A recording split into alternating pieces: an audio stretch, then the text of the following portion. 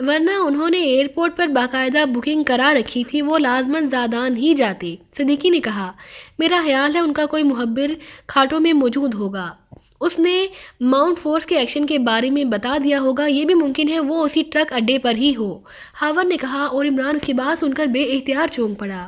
اور تم نے بالکل درست آئیڈیا لگایا ہے ہاور، اگر ایسا ہے تو پھر انہیں اس ہیلی کاپٹر کے بارے میں بھی معلوم ہوگا، اور گلشن چھوٹا سا شہر ہے، جیسے ہی ہیلی کاپٹر وہاں پہنچے گا انہیں پہلے ہی اطلاع مل جائے گی، عمران نے کہا، اور ہاور اور صدیقی دونوں نے اس بات میں سر ہلا دیے۔ چوہان، ہیلی کاپٹر کو شہر سے باہر کسی جگہ اتار لینا، عمران نے پائلٹ سیٹ پر بیٹھے ہوئے چوہان سے مخاطب ہو کر کہا، اور چوہان نے اس بات میں سر ہلا دیا۔ لیکن جناب، ہم وہاں سے شہر کیسے پہنچیں گے؟ نظامی نے حیران ہو کر کہا، پہنچ جائیں گے، فکر مت کرو، عمران نے کہا، اور نظامی خاموش ہو گیا۔ اور پھر تھوڑی دیر بعد ہیلی کاپٹر ایک کھلے میدان میں اتار دیا گیا اور عمران اور اس کے ساتھی نیچے اتر آئے۔ یہاں سے گلشن شہر کتنی دور ہے؟ عمران نے نظامی سے پوچھا۔ 2 کلومیٹر ہوگا جناب، نظامی نے جواب دیا، اور عمران نے اس بات میں سر ہلا دیا۔ ٹھیک ہے چلو، عمران نے کہا، اور پھر وہ سب تیزی سے آگے بڑھنے لگے۔ 2 کلومیٹر کا فاصلہ طے کرنے کے بعد وہ واقعی شہر میں پہنچ گئے۔ یہ شہر تو نہیں تھا، البتہ ایک قصبہ ضرور تھا، شہر سے باہر ہی ٹرکوں کا ایک اڈا موجود ہے۔ میرا خیال ہے کہ اس اڈے سے ویگن کے بارے میں معلومات حاصل کرنے کی کوشش کی جا سکتی ہے، عمران نے کہا۔ میں معلوم کرتا ہوں جناب، نظامی نے کہا، اور تیزی سے ایک طرف بڑھ گیا جہاں 3 ٹرک بھی کھڑے تھے اور کچھ افراد بھی وہاں موجود تھے۔ عمران اور اس کے ساتھی وہیں رک گئے۔ تھوڑی دیر بعد نظامی واپس آ گیا۔ جناب، میں نے معلوم کر لیا ہے، سفید ویگن یہاں کے ایک تاجر آزما کی کوٹھی میں گئی ہے۔ ایک ٹرک ڈرائیور اس کوٹھی کے قریب سے سامان اٹھا رہا تھا، وہ یہیں موجود ہے۔ گلشن کالونی میں کوٹھی ہے، اس آزما کا دفتر باغبانی روڈ پر ہے، فروٹ مرچنٹ کا کاروبار کرتا ہے، یہاں کا خاصا با اثر آدمی ہے، نظامی نے کہا۔ ویری گڈ نظامی، تم تو واقعی کام کے آدمی ہو، عمران نے مسکراتے ہوئے کہا، اور نظامی کا چہرہ مسرت سے سرخ ہو گیا۔ میرا خیال ہے جناب ہمیں پہلے اس کے دفتر جانا چاہیے، نظامی نے کہا۔ نہیں، اس کی رہائش گاہ پر چلو، اگر یہ لوگ وہاں نہیں ہوں گے تو آزما کو فون کر کے وہاں بلا لیں گے، وہاں اس سے پوچھ گچھ زیادہ آسانی سے ہوگی، عمران نے کہا، اور نظامی نے اس بات میں سر ہلا دیا۔ اور تھوڑی دیر بعد وہ ایک رہائشی کالونی میں پہنچ گئے جہاں خاصی بڑی کوٹھیاں تھیں۔ ایک کوٹھی پر آزما کی نیم پلیٹ بھی موجود تھی، کوٹھی کا پھاٹک بند تھا۔ تیار رہنا، ہمیں تیز ایکشن کرنا ہوگا، عمران نے کہا، اور آگے بڑھ کر اس نے کال بیل کا بٹن پریس کر دیا۔ چند لمحوں بعد چھوٹا پھاٹک کھلا اور ایک نوجوان باہر آ گیا۔ وہ حیرت سے عمران اور اس کے ساتھیوں کو دیکھ رہا تھا۔ آزما ہے اندر؟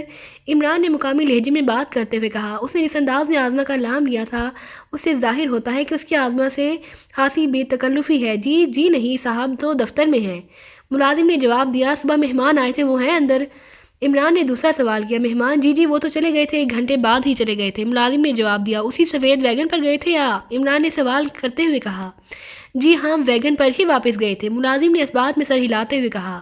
آزما ان کے ساتھ گیا تھا؟ عمران نے پوچھا۔ جی وہ تو علیحدہ اپنی کار پر گئے تھے، ملازم نے جواب دیا۔ اوکے چلو ہم ڈرائنگ روم میں بیٹھتے ہیں، عمران نے کہا، اور اس کے ساتھ ہی وہ ملازم کو پکڑے اسے دھکیلتا ہوا اندر لے گیا۔ مگر جناب، ملازم نے احتجاج کرنے کے انداز میں کہا، کتنے آدمی ہیں اندر؟ 2، مجھ سمیت جناب 2 ملازم ہیں، مگر ملازم نے خوف سے گھگیاتے ہوئے لہجے میں کہا۔ جاؤ چوہان، دوسرے کو دیکھو، عمران نے چوہان سے کہا، اور چوہان تیز قدم اٹھاتا عمارت کی طرف بڑھ گیا۔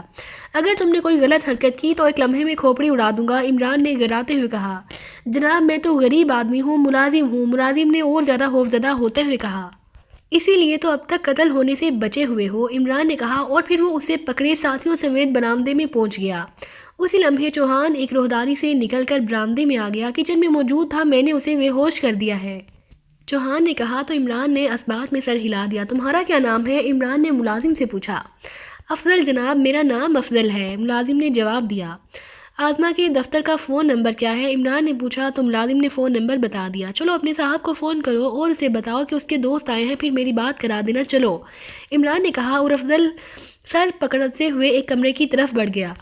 یہ کمرہ سیٹنگ روم تھا اور فون بھی موجود تھا۔ اس نے ریسیور اٹھایا اور تیزی سے نمبر ڈائل کرنے شروع کر دیے۔ چونکہ فون پیس میں لاؤڈر موجود تھا، اس لیے اس نے ہاتھ بڑھا کر اس کا بٹن آن کر دیا۔ رابطہ قائم ہوتے ہی دوسری طرف سے ایک نسوانی آواز سنائی دی۔ میں کوٹھی سے افضل بول رہا ہوں، صاحب موجود ہیں؟ افضل نے کہا، نہیں صاحب تو اپنے 2 مہمانوں کے ساتھ زادان گئے ہیں، دوسری طرف سے جواب دیا گیا۔ تو عمران نے افضل کے ہاتھ سے ریسیور لے لیا۔ اسی لمحے ساتھ کھڑے چوہان نے پلک جھپکنے میں افضل کے سر پر ہاتھ رکھ دیا، حالانکہ عمران نے اسے کوئی اشارہ بھی نہ کیا تھا۔ کب گئے ہیں؟ عمران نے افضل کے لہجے میں کہا۔ 1 گھنٹہ تو ہو چکا ہوگا، تم کیوں پوچھ رہے ہو؟ دوسری طرف سے بولنے والی خاتون نے حیرت بھرے لہجے میں کہا۔ اس لیے پوچھ رہا ہوں کہ وہ مہمان تو واپس کوٹھی آ گئے ہیں، عمران نے کہا۔ کیا کہہ رہے ہو؟ یہ کیسے ہو سکتا ہے؟ وہ تو صاحب کے ساتھ سٹاف کاروں پر زادان گئے ہیں، دوسری طرف سے کہا گیا۔ کیا صاحب کو زادان میں کسی نمبر پر کال کیا جا سکتا ہے؟ نمبر تو مجھے معلوم نہیں، البتہ صاحب اپنے مہمانوں کے ساتھ جہاں جا رہے تھے اس جگہ کا نام ساگوانہ ہے، وہ ساگوانہ کے پاس گئے ہیں۔ یہ ساگوانہ کون ہے؟ دوسری طرف سے کہا گیا۔ مجھے نہیں معلوم۔ اچھا شکریہ، عمران نے کہا اور ریسیور رکھ دیا۔ اسی لمحے افضل کے ہاتھ سے منہ ہٹا لیا۔ آپ جادوگر ہیں، آپ نے بالکل میرے لہجے میں بات کی ہے، افضل نے حیران ہوتے ہوئے کہا۔ ساگوانہ کون ہے؟ تم آزما کے ذاتی ملازم ہو، تمہیں معلوم ہوگا۔ عمران کا لہجہ سرد تھا۔ جی جناب، ساگوانہ زادان میں رہتا ہے، آصف اس کا کلب ہے، 3 اسٹار کلب۔ سنا ہے زادان کا سب سے بڑا کلب ہے وہ اکثر یہاں صاحب کے پاس آتا رہتا ہے، افضل نے کہا۔ عمران نے جیب سے ٹرانسمیٹر نکالا اور اس پر فریکوینسی ایڈجسٹ کرنا شروع کر دی۔ Hello hello Imran calling over, Imran نے کال دینا شروع کر دی۔ Yes Arif attending you over. تھوڑی دیر بعد دوسری طرف سے ہمدانی کی آواز سنائی دی۔ صاحب، آصف جا روڈ پر ایک 3 اسٹار کلب ہے جس کا ساگوانہ نامی کوئی اسمگلر ہے، دشمن ایجنٹ گلشن کے ایک تاجر کے ساتھ ایک کلب میں ساگوانہ کے پاس گئے ہیں۔ انہیں یہاں سے نکلے ہوئے تقریباً 1.5 گھنٹہ ہو چکا ہے۔ تم فوراً اس کلب میں جاؤ، لیکن تم نے کوئی مداخلت نہیں کرنی کیونکہ یہ لوگ خطرناک ایجنٹ ہیں، وہ ذرا سا شعبہ پڑتے ہی فرار ہو جائیں گے۔ عمران نے تیز لہجے میں کہا۔ جی جناب، میں کوئی مداخلت نہ کروں گا، اوور۔ دوسری طرف سے عارف ہمدانی نے جواب دیتے ہوئے کہا۔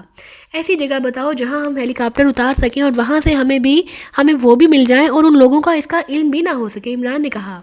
آپ نظامی سے کہیں کہ وہ آپ کو حیابان لے جائیں، باقی وہ خود ہی سمجھ جائے گا اور وہاں بھی وہ آپ کے سارے مسائل حل کر دے گا، اوور۔ دوسری طرف سے عارف نے کہا۔ Okay over and all, Imran نے کہا اور ٹرانسمیٹر آف کر دیا۔ اسے ہاف آف کر دو، عمران نے ریسیور رکھ کر دوسری طرف مڑتے ہوئے چوہان سے کہا، اور ابھی اس نے ایک قدم رکھا تھا کہ افضل کی چیخ اور اس کے نیچے گرنے کی آواز صاف سنائی دی۔ خیال رکھنا 2-3 گھنٹوں سے پہلے اسے ہوش نہ آئے تاکہ ہم اس دوران اطمینان سے زادان پہنچ سکیں، عمران نے کہا اور پھر تیز قدم اٹھاتا ہوا کمرے سے باہر آ گیا۔ باقی ساتھی بھی اس کے ساتھ باہر آ گئے۔ چند لمحوں بعد چوہان بھی ان کے پیچھے اس کوٹھی سے نکل کر ایک بار پھر وہ اس کی طرف بڑھنے لگا۔ ان کا ہیلی کاپٹر موجود تھا، لیکن اس بار ان کے قدموں میں نمایاں فرق تھا۔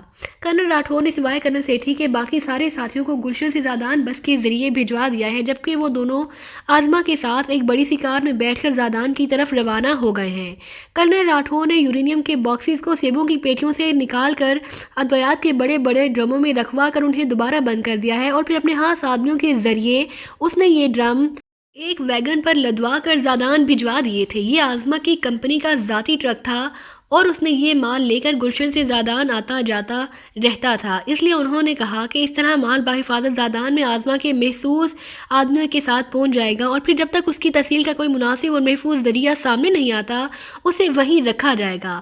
آزما نے بتایا تھا کہ زادان میں 3 اسٹار کلب کے مالک ساگوانہ، جو کہ کارمن کا باشندہ ہے، اس کا گہرا دوست ہے اور زادان کا بہت بڑا اسمگلر ہے۔ اس کے ذریعے مال انتہائی آسانی اور انتہائی خفیہ طریقے سے کافرستان پہنچایا جا سکتا ہے۔ اور کرنل راٹھور اور کرنل سیٹھی دونوں اس ساگوانے سے ملنے پر رضامندی ظاہر کر دی ہے۔ کیا ساگوانے سے ملاقات اسی کلب میں ہوگی؟ کرنل سیٹھی نے ڈرائیونگ سیٹ پر بیٹھے ہوئے آزما سے پوچھا۔ کرنل راٹھور فرنٹ سیٹ پر بیٹھا ہوا تھا، جبکہ کرنل سیٹھی کار کی عقبی سیٹ پر۔ جی ہاں، کیوں؟ آزما نے چونک کر جواب دیتے ہوئے کہا۔ میرا خیال ہے ہمیں اس کلب جانے کی بجائے اسے کہیں اور بلوا لینا چاہیے، کرنل سیٹھی نے کہا۔ ہاں واقعی یہ بات درست ہے، عمران اور اس کے ساتھی زادان میں ہوں گے اور ہو سکتا ہے کہ انہوں نے اپنے آدمیوں کو پھیلا رکھا ہو، کرنل راٹھور نے جواب دیتے ہوئے کہا۔ ٹھیک ہے جناب، ایسا ہی ہوگا، میرا وہاں ایک خفیہ بندہ ہے، ہم سیدھے وہاں چلتے ہیں، وہاں سے فون کر کے اسے بلا لوں گا، آزما نے کہا، اور کرنل راٹھور اور کرنل سیٹھی دونوں نے اثبات میں سر ہلا دیے اور پھر زادان پہنچ جانے تک وہ خاموش رہے۔ آزما کار کو خاصی تیز رفتار سے بھگاتا ہوا لے جا رہا تھا، اس لیے وہ جلد ہی بغیر کسی رکاوٹ کے زادان پہنچ گئے۔ آزما رہائشی کالونی میں لے گیا اور پھر ایک اوسط درجے کی کوٹھی کے سامنے اس نے کار روکی اور محسوس انداز میں 2-3 بار ہارن بجایا تو چھوٹا پھاٹک کھلا اور ایک نوجوان باہر آ گیا۔ پھاٹک کھولو نادر، آزما نے نوجوان سے مخاطب ہو کر محسوس لہجے میں کہا، اور نوجوان تیزی سے واپس مڑا اور چھوٹے پھاٹک میں غائب ہو گیا۔ چند لمحوں بعد بڑا پھاٹک کھل گیا اور آزما کار لے کر اندر آ گیا۔ پوش میں جا کر اس نے کار روکی اور پھر وہ تینوں آدمی نیچے اترائے اور پھاٹک بند کر کے واپس آ گئے۔ نادر ہے میرا خاص ملازم اور اس اڈے پہ یہ اکیلا رہتا ہے۔